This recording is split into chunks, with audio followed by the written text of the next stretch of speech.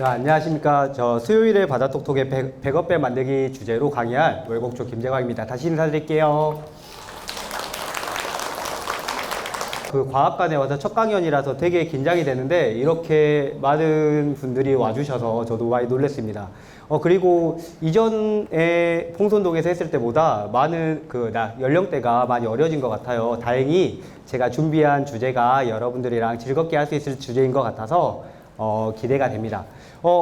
저 7살 친구가 아까 바다를 좋아한다라고 했었는데 혹시 배 타는 것도 좋아하나요? 아, 배 타본 적 있어요? 아, 그래요? 그럼 혹시 이 중에 배 타본 친구들이 있을까요? 손 한번 들어주세요. 생각보다 많은 친구들이 타봤네요. 선생님 딸이 6살인데 지금도 배를 타러 가자고 하면 무섭다고 못 타요. 배 왜 무섭냐고 물어보니까 가라앉을 것 같아서 못 탄다고 이야기를 하더라고요.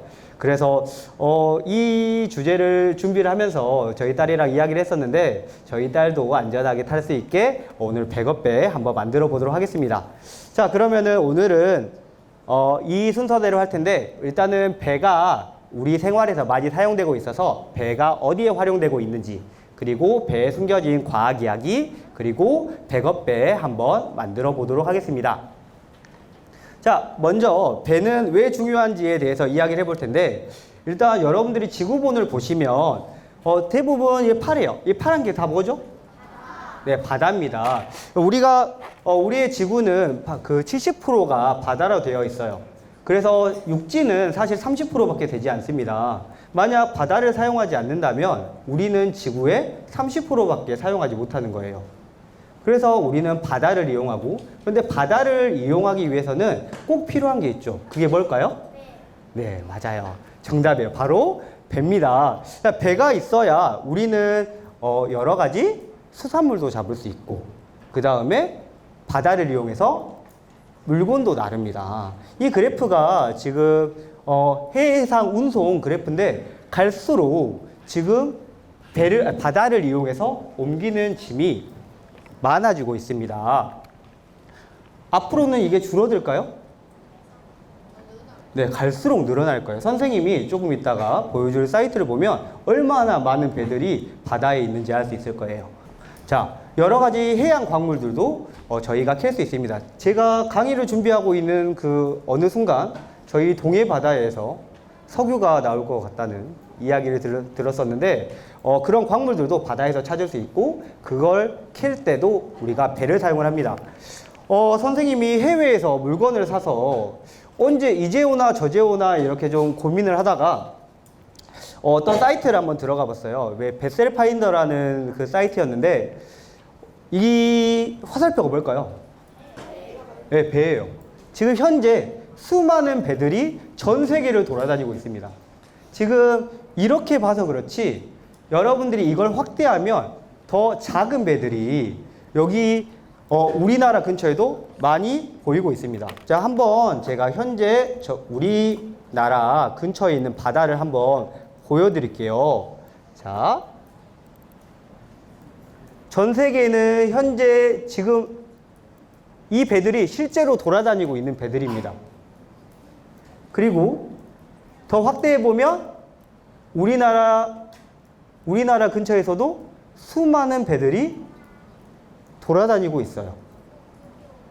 클릭해 보면 얘가 어디에서 어디로 가는지도 저희가 다 찾아볼 수 있습니다. 자, 이렇게 많은 배들이 몇 개인지 셀 수 있겠어요? 이렇게 많은 배들이 저희가 모르는 사이에 저희의 물건도 옮기고 여러 가지 일들을 합니다. 그러면 이 배들이 어떤 일을 하는지 저희가 좀 알아볼 텐데 이 배들은 이런 일들을 합니다. 먼저 제일 많이 사용이 되고 있는 건 이거 한번 읽어볼까요? 제일 위에 있는 저거? 상선입니다. 저희가 원유라든가 기름이라든가 천연가스, 그 다음에 물건을 움직이는 컨테이너, 그리고 여객선 등과 같이 물건을 옮기는 걸 저희가 상선이라고 이야기를 해요. 그 다음에 요거 한번 읽어주세요. 어선은 뭐 하는 걸까? 맞아요. 물고기를 잡는 배들입니다. 주로 우리 우리 근처 바다에서 잡는 어선도 있고 멀리 참치를 잡으러 가는 원양 어선들도 있고 그 다음에 선생님은 사실 이걸 되게 좋아해요. 자, 이거 읽어줄까요? 군함. 선생님은 그 중에서도 항공모함을 되게 좋아해서 여러 가지 피규어도 만들어보고 그런 취미가 있어요. 자, 이 군함이 있고 하나만 더 읽어줄까요?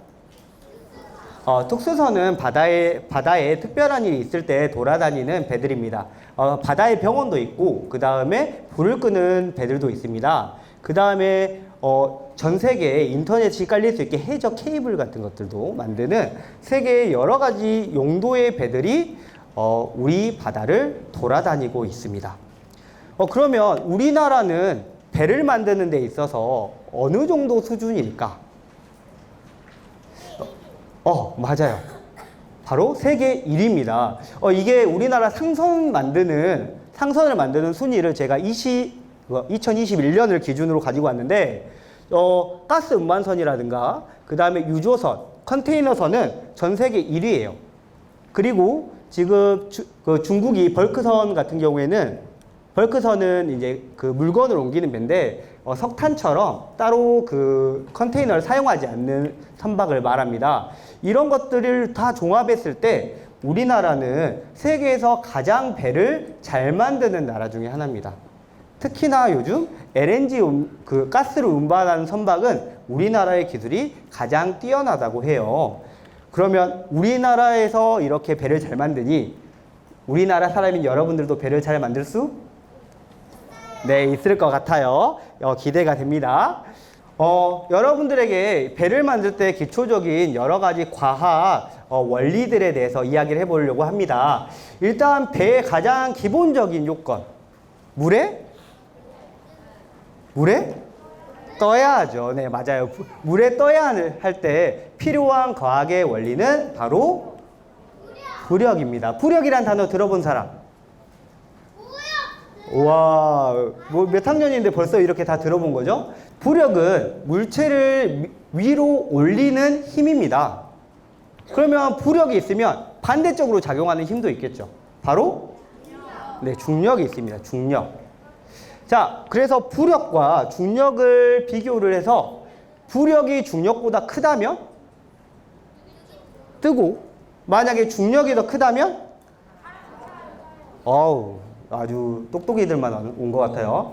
자, 중력이 더 크다면 가라앉습니다. 그러면은 우리는 배가 뜨는 원리를 아주 과학적인 원리로 설명할 수 있습니다. 뭐 하면? 부력이 중력보다 크다면 위로 뜬다라는 사실을 알 수 있죠. 자, 그래서 부력을 해보면, 자, 나무 1톤과 철 1톤을 물에다가 이렇게 띄우면 어떻게 될 것 같아요? 선생님이 실험을 해보니 나무는 이렇게 나무는 뜨고 철은 가라앉더라고요. 그러면은 이제 알 수 있겠죠. 철은 물에 가라앉는구나. 맞는 말일까요? 아닙니다. 자, 하나를 더 살펴봐야 되는데, 똑같은 철이더라도 1톤이더라도 이 두 가지를 하나는 이렇게 뭉쳐놓고 하나는 이렇게 폈을 때 부력이 다릅니다. 만약에 이 철을 그대로 놔둔다면, 뭉쳐놓는다면 얘는 떨어질 거예요. 하지만 이렇게 넓게 펼쳐놓는다면 이 철은 똑같은 무게지만 어떻게 돼요? 물에 뜹니다. 그렇다면 우리가 부력을 할 때는 어떻게 만드는 게 중요한 것 같아요? 맞아요. 넓게. 더 정확하게 과학적으로 말하자면 바닥에 닿는 면적을 넓게 만들어주는 게 가장 중요합니다. 똑같은 재료지만 더 많은 부력을 얻을 수 있으니까요. 자, 첫 번째 힘인 부력을 먼저 살펴보았고요. 두 번째는 작용 반작용의 법칙입니다. 자, 배라는 거는 튜브랑 달라요. 튜브랑 배는 뭐가 다를까? 선생님은 배와 튜브의 차이점을 이동성으로 봤어요. 그래서 우리가 배를 이동하기 위해서는 예전에는 노젓기와 같은 방법을 이용했고 그 다음에는 조금 더 바람의 힘을 이용해서 돛이라는 걸 이용을 했습니다. 그리고 요즘은 프로펠러를 이용해서 앞으로 나아가는 이동성을 저희가 획득하고 있어요. 그런데 이 세 가지는 사실 원리는 모두 다 똑같습니다. 뉴턴의 운동법칙 중에 제3법칙인데 작용, 반작용의 법칙이라고 이야기를 합니다. 아주 간단하게 설명드리면 선생님이 이렇게 벽을 밀었을 때 반대로 누구도 벽도 선생님을 미는 거예요. 그래서 우리가 작용을 하면 뭐 하는 힘에 의해서? 반작용의 힘에 의해서 배가 앞으로 나아가는 겁니다. 자, 프로펠러와 그 다음에 그 바닷물 작용과 반작용의 원리에 의해서 저희 그 배는 이동성을 획득을 합니다. 그런데 저희가 만들 백업배는 안타깝게도 이동성이 없어서 그거는 양해를 좀 해주세요. 세 번째 설명드릴 부분은 바로 배의 모양입니다. 자, 배는 반드시 바다를 나가다 보면 파도를 만나게 돼요. 그러니까 파도를 만나는데 여러분들 물고기의 모양은 항상 어때요? 맞아요. 동그랗고 지느러미가 있어요. 우리가 그 모양을 뭐라고 이야기하지? 맞아요. 유선형이라고 이야기를 합니다. 그래서 배의 모양도 약간 비슷하지 않나요? 약간 비슷한 걸로 준비를 해봤어요. 비슷하게 유선형으로 되어 있어야 파도의 저항, 바닷물의 저항을 뚫고 배가 이동을 할 수가 있습니다. 그리고 배의 크기가 점점 커지면 커질수록 여기 바로 구상선수라고 하는 부분이 있는데 이 부분이 점점 더 커집니다. 이 부분이 저항을 더 줄여주는 역할을 해서 배가 커질수록 더 저항을 줄이면서 이동할 수 있게 여기에 숨어있는 과학이 숨어져 있었어요. 마지막으로 배를 만들 때 재료들은 어떤 특징들을 가지고 있어야 될까? 물에 떠야 되죠. 또? 방수가 돼야 돼요. 맞아요. 젖지 않아야 되고. 또? 부력을 얻을 수 있어야 돼요. 맞아요. 부력을 얻으려면 어떻게 해야 된다 그랬고? 맞아요. 넓적하게 만들어야 되니까 넓적하게 만들려면 가공할 수 있어야 됩니다. 그래서 일단은 파도를 이길 수 있는 튼튼함과 그 다음에 방수가 돼야 되고 그리고 물에 뜨는 재료들. 근데 물에 뜨는 재료들이 가공이 쉬워야 되기 때문에 이러한 재료들로 대부분 요즘 쓰고 있는 거는 알루미늄이나 철과 같은 것들을 그리고 플라스틱을 이용합니다. 우리가 만들 백업배는 네. 백업배는 아주 가볍게 만들 수 있는 배입니다. 예시는 요건데요. 요 배인데 여러분들 6살인 저희 딸이 만들었어요. 여러분들도 충분히 만들 수 있습니다. 자, 이제 선생님과 함께 만드는 방법 보도록 하겠습니다. 자, 그러면은 오늘 이 백업이라는 거는 이 막대거든요. 스티로폼 막대인데 요거를 이용해서 한번 만들어 볼 거예요. 예, 자, 종류는 여러분들 그 빨대와 그 다음에 핫바 막대, 이쑤시개, 그 다음에 백업이 있는데 꼭 주의해 주실 거는 이쑤시개가 좀 튀어나와 가지고 찔리거든요. 그래서 옆에 부모님들이 좀 깊게 넣어 주시거나 아니면 가위로 잘라 주시면 다치지 않고 즐겁게 할 수 있을 것 같습니다. 설명을 다 하고 만들어 보도록 할게요. 일단은 백업배 만들 때는 이 플라스틱 케이스에다가 빨대를 넣을 거예요. 이 빨대의 역할은 사실 여기서는 이쁘라고 넣지만 원래 배에는 평형수라고 해서 배의 무게중심을 잡아주는 역할을 하는 친구가 있습니다. 그래서 이 빨대는 그 평형수의 역할을 하는 친구라고 생각하고 여기에 빨대를 잘라서 여기에 넣어 주십시오. 그리고 홈을 맞춰가지고 꾹꾹꾹 누르면 얘가 꽉 닫힐 거예요. 걔는 잃어버리지 않게 다시 비닐에 넣어주고 그 다음에 우리는 위에 백업배를 만들어 줄 겁니다.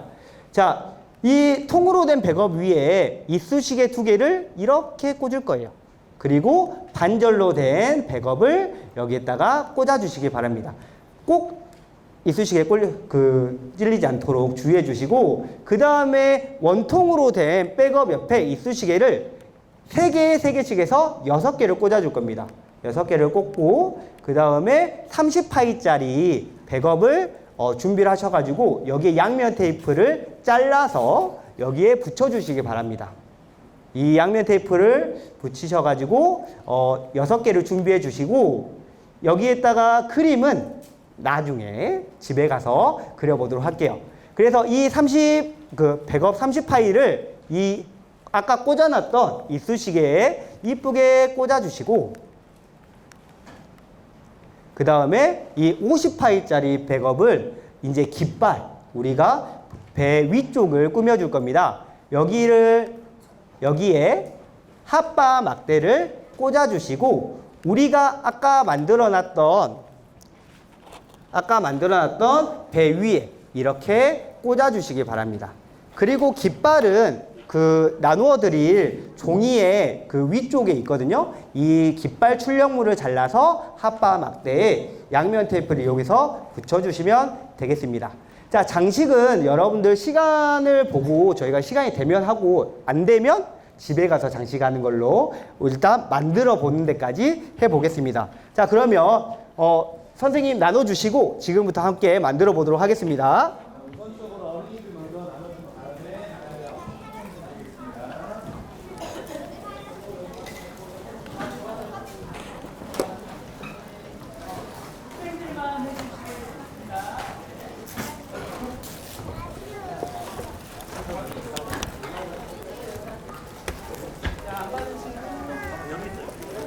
자,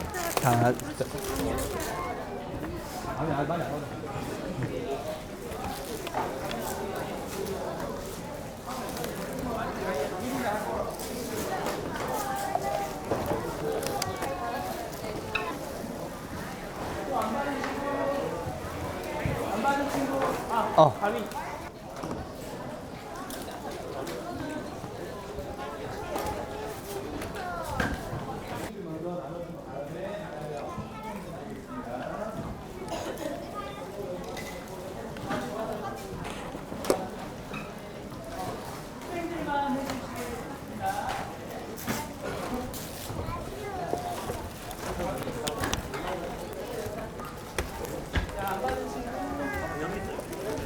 자, 많이 안